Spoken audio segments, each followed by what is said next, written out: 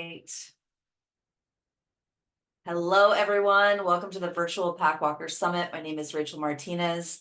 Myself and my partner Andrew run a pack walking company in Los Angeles called Healing Pack.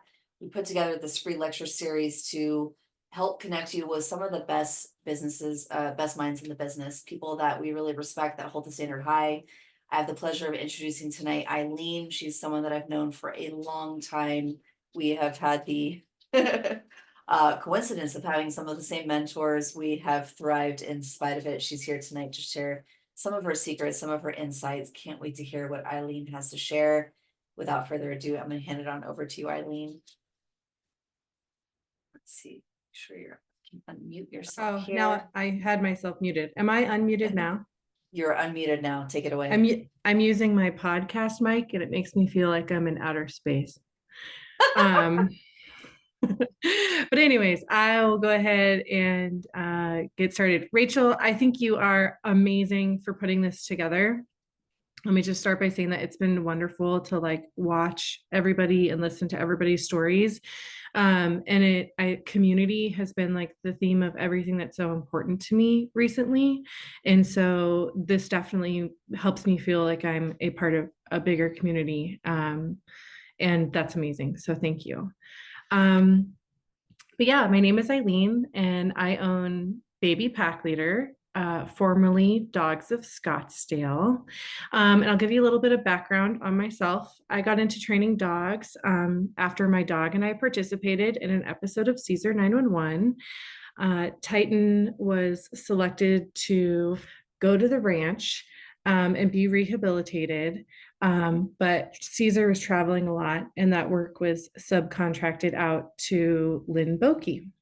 And I was so amazed by the transformation that I saw with Titan and everything that I saw Caesar do in real time. Like I was amazed.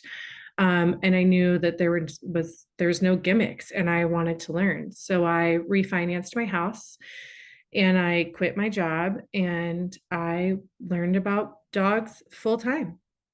So in 2016, I moved to Arizona and my pack walking program was born out of necessity. And no one did pack walks here, and I needed to generate word of mouth and build my business. And so early on, I made your typical, the title of this is The Mistakes That I've Made. I forgot to mention that in the beginning. So these are my biggest mistakes as a pack walker. But in the beginning, I made all of the rookie mistakes.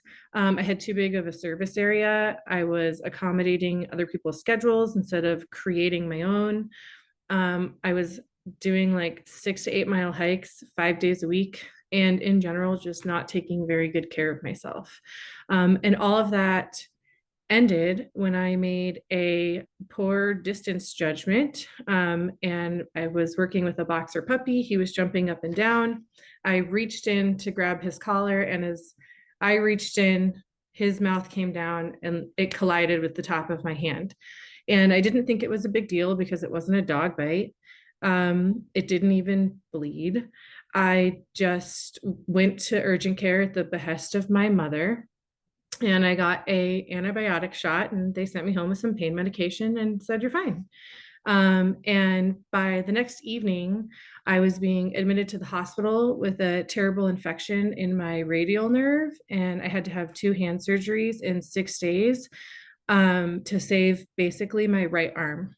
So that was the end of our 2017 pack walking season. And it was a really big wake up call for me that I needed to have a plan. So now is a good time for me to explain what I mean by seasons. So Arizona is not a friendly climate for pack walking. For example, today is a very nice and cool 105 degrees at 5 p.m. And on Thursday, the high is 112. So we only do our pack walks October through April. And it was very easy to let things go with clients because I always knew I would come up with a reason to remove the dog the following season. And it was easier to be unhappy for a couple of months than to be direct with people about their disrespectful behavior or their dog's poor behavior. So After many months of physical therapy on my hand, we came back with a renewed spirit and a new game plan. And my then fiance left his job and joined the pack. And 2018 pack walking season was a blast. We were super in love. We went on a lot of adventures together as a couple. Our personal dogs were still young enough to participate, and life was really good. We went through a big official name change and became a very official business in many, many ways. And we ended up getting married Halloween 2019 and decided to expand our team. We didn't get too far because, of course, March 2020, we found ourselves in the pandemic, just like everybody else. And a few months later, I found out I was pregnant with my daughter, and thus began the oh shit, I am no longer responsible for just myself mode. And this leads me to my first big mistake. Mistake number one. I made exceptions to my own requirements and rules. Everything that made 2018 the wonderful time that it was went out the door. We let dogs in that we couldn't do training with because of quarantine restrictions. And in Arizona, we were ruled an essential business because we have a kennel license, and we forged ahead. So by the beginning of our 2020 pack walking season, I was entering my second trimester of my pregnancy. We had 3 new employees, and we were basically fully committed to just pack walks. Knowing that we were having a baby and that I was the main financial planner of what business we took and what business we didn't take was a huge responsibility. And it made me feel like, because we had a family, I didn't have the freedom to choose anymore. I felt like I had to take every opportunity to create financial security for our family. And as a side note of that, there was a personal underlying situation with myself where I was overextending myself because I, one, felt bad disappointing people, and two, it felt good to be someone that could always save the day in such an uncertain time. And we did all this expansion and work while I was pregnant. And I thought, well, once my baby's here, I'll slow down. And what I didn't understand was that there was no amount of meditation or working out or vacationing that would ease the pain of operating from a place of fear. I didn't realize that there would never be a number in the bank account or a monthly P&L that made me feel like I could stop, or that would make me feel like I was safe. And what that created in our pack was, obviously, we were no longer in balance. Every day felt like a little bit of a gamble, and I was extremely careful. After my experience with my hand, if a dog even posed a minor safety risk, they were muzzle trained. And so we would put together really elaborate schedules of pickups and drop-offs and who was going to walk what packs, and when we get there, who's going to trade dogs and what tool they're going to be on. And everything was laid out every day, and that was exhausting. So finally, my daughter was born January 2021, and my husband took a whopping 4 days off of work. And I did take 6 weeks off of work, and then I just started bringing her along on pack walks. And that was actually one of the most amazing blessings and full of so many wonderful memories to have her there. And at the time, I was like, oh, this will be so, cute for our business. But like, it wasn't just that. Like, I look back and I'm like, oh my gosh, like, what if we'll never be able to have that again. And it was just such a fun and amazing time. And we did have a good group of dogs. We just weren't taking care of ourselves, and nothing bad happened. I just knew internally that there was a rub, that I wanted things to be different and I wanted things to be better. And I didn't know how to find that. Which brings me to my next mistake. I stopped being upfront with owners, and that their dogs weren't ready for the freedom of a pack walk. And I started to feel like I wasn't good enough if I couldn't make every dog work in the pack. I was also way too busy to help them with training, And I felt like at this point, for some of them, we were several years into this. And if they weren't getting it by now, then they weren't going to magically start listening. And pack walks became the prescription for treating problematic behavior instead of a reward for the owners who were actually participating at home. And by problematic, I don't necessarily mean aggressive. I just mean dogs that were overexcited and didn't have boundaries set at home, dogs that had a propensity to want to rush through things, or were really severe whiners, which to a new mom was an enormous challenge because we get overstimulated. Our children are always whining at us. So when a dog does it, it's like nails on a chalkboard sometimes. So what that caused was anytime I did eventually get brave enough to kick a dog out, it would often come as the result of a really bad day or owners making a really bad decision or some other draining, emotionally exhausting event.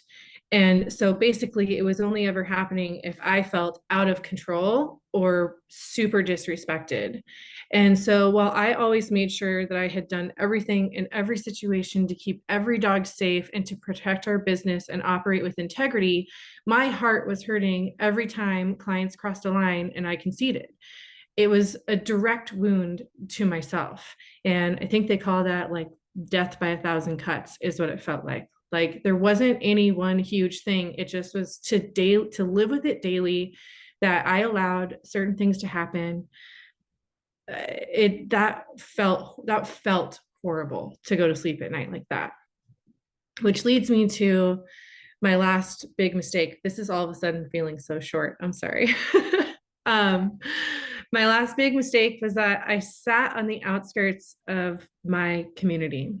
I was mentored by one person for many years. And when that mentorship ended, I was very afraid to learn from anyone else. And that caused me to stay stuck for a really long time. So I didn't even feel like I could go find the answers to some of these questions that I have. I didn't feel like I could reach out because I thought that people had talked poorly about me because I knew how certain people would be in my ear about things. And so it just put me in a position where I really felt very paranoid and afraid. And I recently had an experience that made me realize that I don't want to say it was silly, it was valid, but I also feel a little sad that I felt that way for so long. And the only thing that I can compare it to is like you get to the end of the season, like in April, and you're trudging alone in the desert, literally trudging in a desert. And I didn't even feel like I had a friend that I could call for help. So, and worst of all, I was dragging my family along with me. And so, even though none of these things were like terrible catastrophes within my business, they were terrible catastrophes within myself. And for 2 years, our 2020 to 2021 and our 2021 to 2022 seasons were really tough. I was in a cycle that I couldn't fix. And we had employees. And so I felt like I couldn't just, get rid of these problematic dogs and fire people because I felt responsible for them. I didn't want to take away their paycheck. I didn't want to remove a dog from the pack and know that they would suffer in their home. But I could have another baby. I say that as a bit of a joke because I really did want another baby. But in my head, I was like, there's no way people are going to be like rude and inconsiderate to a lady with 2 kids and a business, right? Like they're going to wake up and be aware that like I have to plan my life or like that my kids go to the doctor or things like that. And I'm sure you're shocked to hear that people still didn't really consider me or what my family was going through because it didn't equate to them that my family was my business. Um, so when we got to the 2022 to 2023 season, it was actually really great. I did get to a place where I could let those people go. I did send out the emails and said, we can't keep certain dogs in the pack anymore. And for the first time in a long time, I had put not just what I wanted or put myself first, but what I knew was right was finally getting into alignment. And I actually didn't even walk that year. My husband was a pack walker, and we had one amazing employee, and she was a pack walker. We only had dogs that we loved. It was a really small pack. There was a lot less gambling day to day. We still tried to help, some dogs that could benefit from it, and we were okay with saying it's not working out. And we had really good boundaries. And while my husband and our employee were out pack walking, I got to spend my days hanging out with my daughter and being pregnant. And I got to be with, I'm gonna cry. I got to be with my dog for the last few months of his life. And those years that it was really rough, every time I would leave, I was so afraid that they would die alone while I was with someone else's dog. And that was like so scary to think about that. But I think my dogs know how to read, because when it did become time to let him go, and the other ones who passed away after, they always picked like a completely open day on an otherwise very busy calendar. And, you know, I was there with him after 15 years. That's where you want to be. Um, and a few weeks later, my son was born, and that was the end of that season that year. I wasn't going to put my husband in a situation to go back to work right away. And he got to stay home and be with his newborn son and be with our daughter and be there to support me. And it felt like exactly the way it was supposed to be. And we ended up using that time to find a new home. And it was the perfect place for our family and the perfect place for dogs. And we spent all of last summer settling in and deciding how we would grow next. So this last October, we started our season. We hand selected everybody again, and the season lasted 8 weeks. I couldn't do it anymore. I wanted to be with my babies. I wanted to focus on what I really wanted to do next with my business. I needed to put time and effort into my marriage and myself. After our 15-year-old dog died, 3 months later, our 16-year-old dog died. And then right before Christmas, our 14-year-old dog died.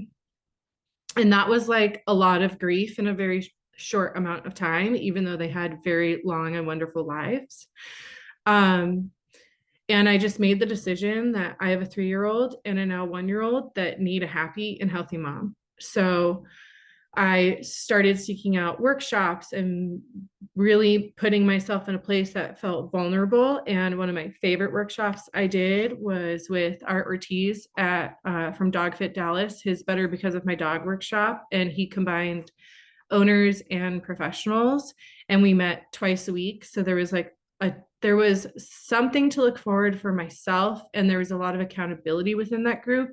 And Art was probably one of the very first people at this new cycle of reaching out to people in the community that like he was so welcoming, and still to this day is like, Ailleen, sending me text messages, you've got to try this, you got to look at this program, this is amazing, I saw this and I thought of your business. Like that has been so nice to have that connection, and being able to participate in something like this felt so wonderful. I'm pretty sure like when I got the message from Rachel, I was like, oh my gosh, me? Like you want me to tell people? I'm not even like, nobody cares.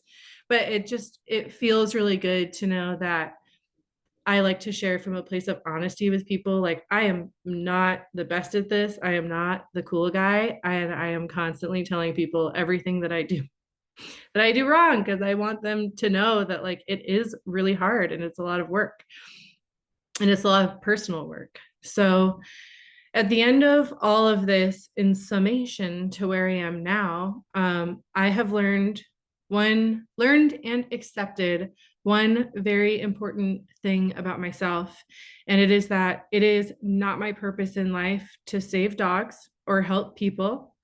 My purpose at this moment in life, whether you want to call it this visit on earth, this human experience that I'm having right now, is to learn to live a life that aligns with my own values, and that my value and my worth comes from myself, and it doesn't come from either negative or positive clients, peers, or anything. And that I really have to take care of myself and my own soul before I have anything to even give to other people. Um, and so that's why we went through our most recent name change and became Baby Pack Leader, because this whole thing stemmed from watching my daughter build these beautiful relationships with dogs, and like learning to manage a pack with a young child who was literally attached to me for the first like year of her life. And I feel very, very passionately about helping mothers during this time, because one, it is a huge change in your identity to become a parent. And a lot of people feel really disconnected from their dogs after. And a lot of people are really afraid of like what their dog could possibly do to their child, especially when their kids are like walking and stuff. And so I want to be a source of helping them understand that they have options to work through that. And I am really passionate. And when I meet with these moms, they're the first one of the they almost always say, like, I don't know how you do it. And I just reply, like, I don't. I don't do it all.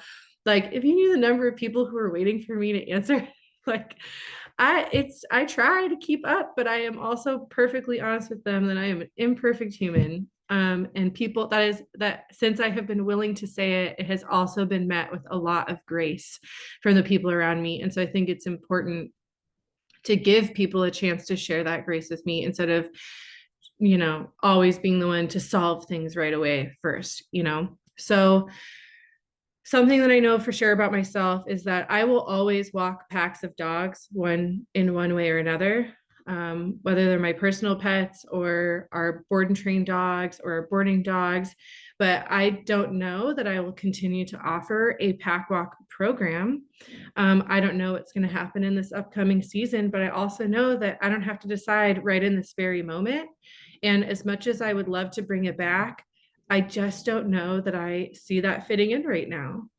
Um, and so I feel a little bad saying that, and maybe uninspirational, but I am sure that there are pack walkers out there in our community that I feel a little lost. I think a lot of us have expressed that, and that finding the way is a huge part of learning how to honor ourselves, and in turn honor the dog in front of us, right? So I think that is just where I'm at right now. And I don't ever want to be in a position again where I feel like I can't be direct and upfront with people about their dogs. I really, want to be in alignment with myself and with them about our goals and what I want their experience to be when they work with me. So I'm, like I said, I'm very grateful to have been asked to participate in this. And Rachel and I have known each other for a long time, and I have a select few like super fun memories that always stick out in my head. But I can't think of anyone better to lead this, and I'm just really grateful to be asked to share my parts of my story. So I hope it didn't feel like it dragged on, but and I hope it was helpful.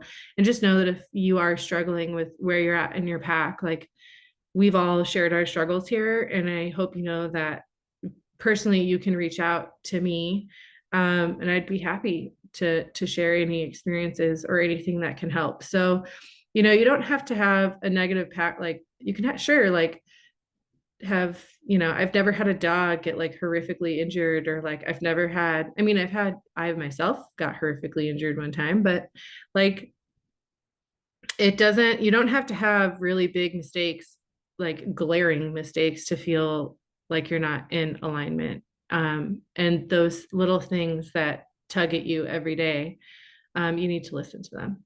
So I've learned how, but that's it. Thank you, Ailleen. I think, I just love you bring such an authenticity to the plate. And like, even when you just talk about, like, as someone who works with a pack, the space that the pack takes up in place of you getting to connect with your own dog, like, there's just such a realness to that, um, a lot of people get into the business because they have a dog that they're trying to figure out.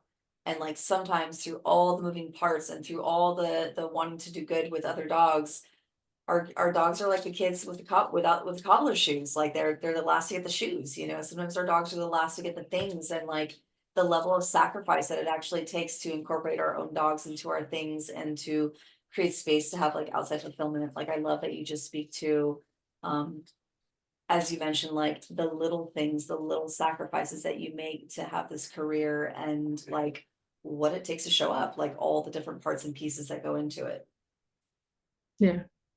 I just always like to tell people that, like, of course, like I related when I listened to yours, that, like, of course, I want everyone to think that I'm, great at this. Like, who doesn't want to feel that way? And, it is hard to learn how to do.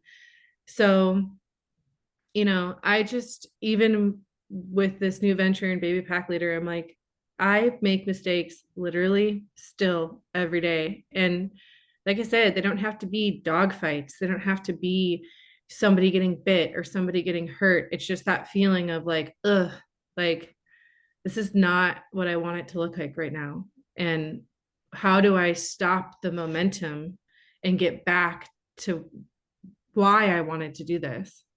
1,000%. I mean, like, even just like when I was watching the lectures in the last couple weeks, I was like, oh man, I remember when I used to hike in nature all the time. And like that's that's what I really loved about my job. And I walk in the neighborhood 5 days a week for multiple different reasons, but it honestly got me remotivated to drive a little farther, take a little extra time to like make it the way that I wanted. And I feel like that was the other piece that I really gained from your lecture, was just reconnecting to like, what do I want my business to look like? Like, what am I willing to do effort wise, and also like sometimes sacrifice to create the life that I want, to create a business that really looks and feels the way that feels supportive, not just for my clients, but for me, making space and time for like the things that are exciting to me, like my family, my relationships, like those type of things that you're really touching on, and how important that is so you don't burn the fuck out. Yeah. Like it's all fun and games working with your partner until all of a sudden it's not. Like, and you're like, I swear I love you. I And love that, you, but if you don't take a pause at that one moment where I'm seeing something happening and you're not, it's gonna affect us later. I know we joke about it, but all of our husbands need a annual trip to the woods or something to like Definitely. God bless them. To just acknowledge how much they hold it down for us passionate dog peeps and how much fire we often bring. Yeah, I at our wedding, my dad's wedding toast said, or when he raised his glass, he said, "You better hold on. You just strapped yourself to a rocket." I mean, he's not wrong there. He's He's not not wrong. wrong there. If anyone else wants to unmute themselves, you guys have the power to unmute yourselves and pop in here and chat. If not, thank you, Ailleen. I just really appreciate your time and energy committing to coming in here. It looks like Charles might be popping on to say a little something. Yeah, I thought it was an awesome presentation. And I mean, it's as an entrepreneur, there's not always a clear path. Here's the things you got to do. And you've always got to be kind of sitting back and evaluating what's going on, because your business can run you and it can take you in directions you don't want to go. And sometimes you've got to sit back and say, why am I doing this? And it was really nice hearing Ailleen talk about that, the decisions she made and how she was able to constantly evaluate. I think when Bark and Barrel was on here, they were talking about that too. And that was I think it's a recurring theme with a lot of these presentations as entrepreneurs as business owners, we've really got to, always be aware of that. And that's something that I don't think, at least for me, when I went into this, I wasn't really as aware of how much of that, how much of being a business owner and how much of running a business is about that, making those decisions of what you don't want to do and where you don't want to go, and making sure you keep the business headed towards your goals. But great presentation. Absolutely. I mean, like, it's so, to be honest, like, easy to present the picture of everything that like looks all good, and like it's way more vulnerable to be like, here's the shit that like really just did not fucking work for me. And I just find there's so much value in that. And so I really appreciate you just like bringing with such ease like the moments where you were like, this was a no for me. And like there was such value in each of the points that you brought. Like I know you were like, oh, is this like going to be too brief? It was like the things that you brought were profound and so helpful, whether you're just starting your business or you've been in the game for a little longer. Like there was just a lot of value in what you brought. Oh, well, thank you. That's so nice of you to say. Yeah, I was like, I really, a couple days ago. Well, for anyone who doesn't know, I was originally scheduled to speak on the 11th. And like 5 days before, I reached out to Rachel and I was like, I'm not even in town. It's like, I don't know what I was thinking. I'm not even in town. So it just, even something like that, like 2 years ago, I would have been like, well, I just won't go out of town because I cannot disappoint Rachel. And when I did just reach out and say, oh my, I have no idea how I managed to do this. I don't go anywhere ever. And Rachel was just met it with like a soft laugh. We laughed about it and she was like, yeah, no problem. We'll find another day. And I was like, oh, Yeah. you gotta give people the opportunity. Like there was just a time in my life where I just would have been like, I can't disappoint Rachel. She's like such a prominent member in the community. And like, what is she going to think of me? Like I would have spun out about that and it would have affected so many things. And it's so now I find it so much easier to just be like, I don't know what to think. Yeah. And like for me on my end, like honestly, I felt like what you brought to the table was so valuable. You could have told me any hour of day you're available and I would have made the hour.